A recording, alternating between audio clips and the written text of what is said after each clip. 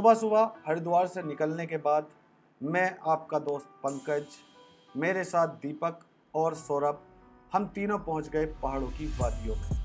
कुछ देर bike ride करते और फिर बैठ जाते प्रकृति के नज़ारों को निहारने के लिए। एक साइड में गंगा और दूसरी साइड में इतनी अच्छी रोड, ऊपर नीला आसमान बादलों से घिरा हुआ, और ऐसे मौसम को, ऐसी प्राकृतिक नज़ारों को निहारते हुए हम आगे बढ़ चले।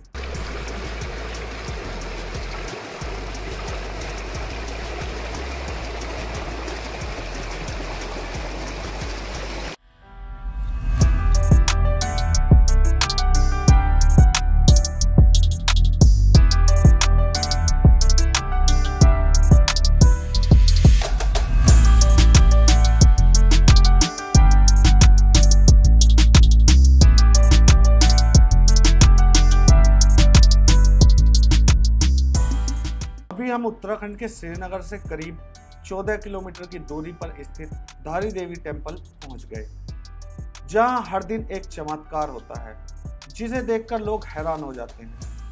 दरअसल इस मंदिर में मौजूद माता की मूर्ति दिन में 3 बार अपना रूप बदलती है। मूर्ति सुबह में एक कन्या की तरह दिखती है, फिर दोपहर में एक युवती और शाम को एक बूढ़ी महिला की तरह नजर आती है। यह नज़ारा वाकई हैरान कर देने वाला होता है। यह मंदिर झील के ठीक बीचों बीच स्थित है। देवी काली को समर्पित इस मंदिर के बारे में मान्यता है कि यहाँ मौजूद मां धारी उत्तराखंड के 4 धाम की रक्षा करती है।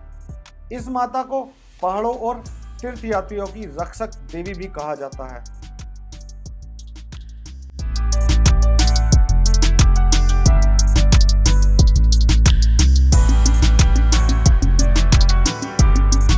उसके बाद अब हम आगे बढ़े। जैसा कि मैंने सोचा था, रास्ते काफ़ी अच्छे और रास्तों का दृश्य मनोरम था। चारों तरफ पर्वत की चोटियां नजर आ रही थी और हम बढ़ चले आगे अपनी मंजिल की तरफ।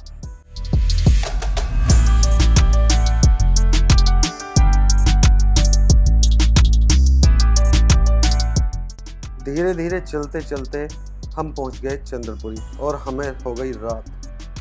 चंद्रपुरी से थोड़ा सा ट्रैक करके सौरभ भाई का गांव है और अभी हम जा रहे थे सौरभ भाई के गांव में, और अंधेरा ज़्यादा हो चुका, रास्ते में लाइट नहीं थी। यहाँ के नज़ारे आपको दिखाएंगे हम मॉर्निंग में। जैसे ही सुबह हुई तो हमने देखा कि पूरी रात से ही बारिश पड़ रही। पूरे दिन के थके हुए थे, इसलिए रात को हमें पता ही नहीं चला कि कब से बारिश हो रही थी। पर हमें तो एक्सप्लोर करना था, घूमना था और नेचर को करीब से जानना था, इसलिए हम बारिश में ही निकल पड़े सौरभ भाई के गांव को एक्सप्लोर करने के लिए।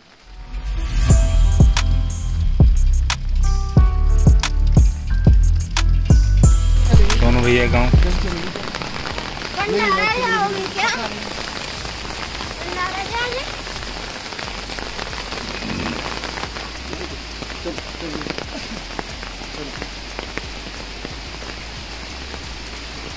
बैंगन के पेड़ हैं, ये मिर्च के पेड़ हैं।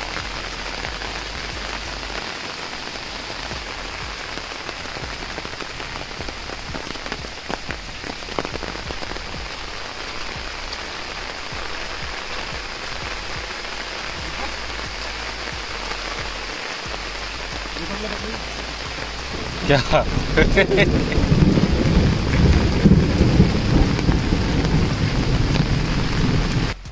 ये वही रास्ते थे जिन रास्तों से हम रात अंधेरे में गांव तक पहुंचे थे।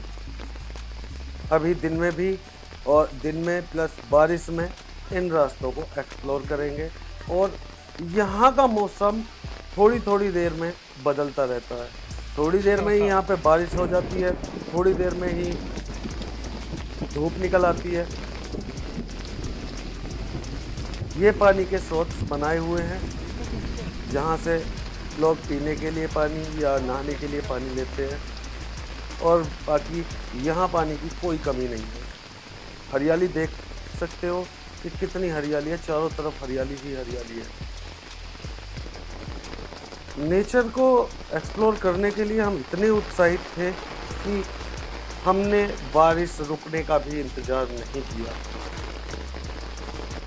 चारों तरफ बादल गरज रहे थे, बिजली चमक रही थी, उसके बावजूद भी हम आगे बढ़ते चले जा रहे थे, क्योंकि अभी जो हमारी डेस्टिनेशन थी, हमें जाना था तुंगनाथ, तो अभी वहाँ के लिए तो हम नहीं निकल सकते, तो क्यों ना इस गांव को, इस नेचर को एक्सप्लोर कर लिया जाए।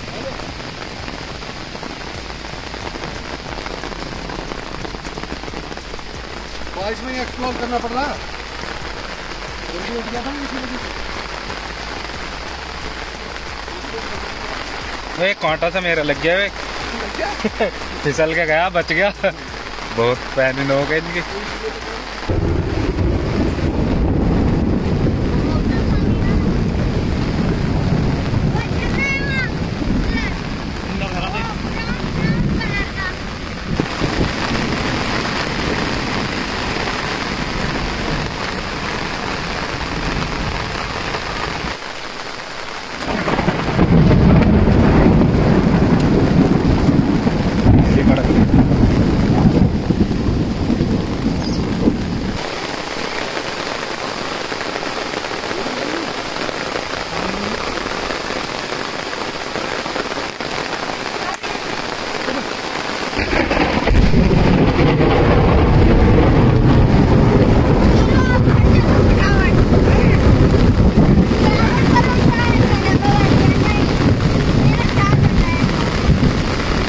चला घर,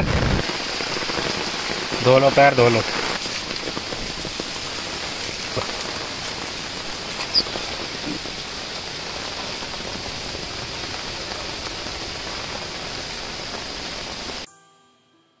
सुबह करीब 10:30 बजे बारिश रुकी। हमने कमरे से बाहर निकलकर देखा तो प्रकृति के नज़ारे अपने अलग ही आनंद में थे।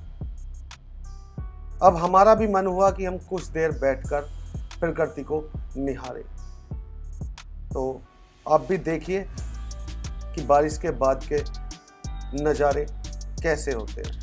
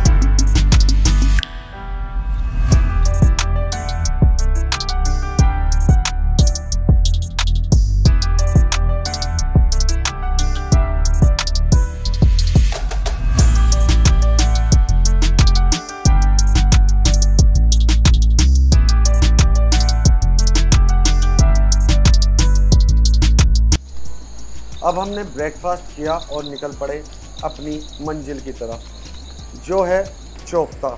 वहीं से हमारे तुंगनाथ के लिए ट्रैक स्टार्ट होता है।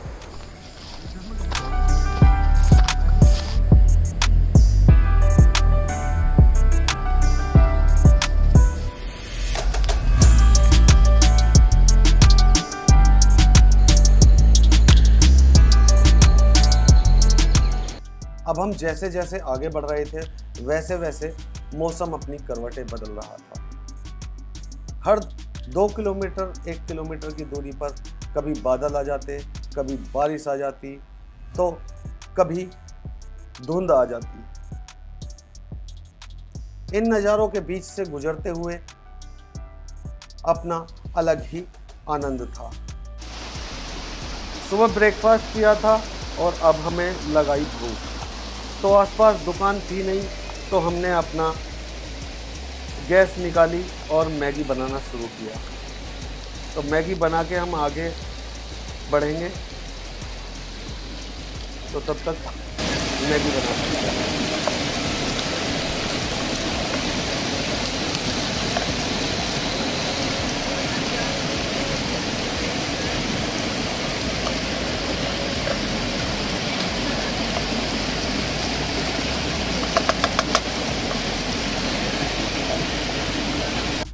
शाम करीब 4 बजे हम पहुंचे चोपता।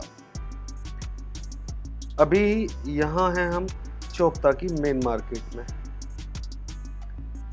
बारिश चोपता पहुंचने से पहले ही शुरू हो चुकी थी और अगर आप सामने देख रहे हो तो वो मेन गेट है जहां से हमें ट्रैक शुरू करना है। इसके बाद पार्किंग की बात करें तो रोड पर ही पार्किंग होती है और अपने वाहन को, अपनी बाइक, गाड़ी, किसी भी चीज़ को आप रोड के किनारे, जिससे किसी को परेशानी ना हो, खड़ी करके जा सकते हैं। यहाँ कोई प्रॉब्लम नहीं है। सामान आप कहीं भी किसी भी दुकान पे रख सकते हैं और यहाँ खाने पीने या रुकने के लिए सारी सुविधाएं उपलब्ध हैं। ये तुंगनाथ ट्रैक का एंट्री पॉइंट है। लगभग 4:30-5 बजे हम बारिश में ही ट्रैक के लिए निकल पड़े।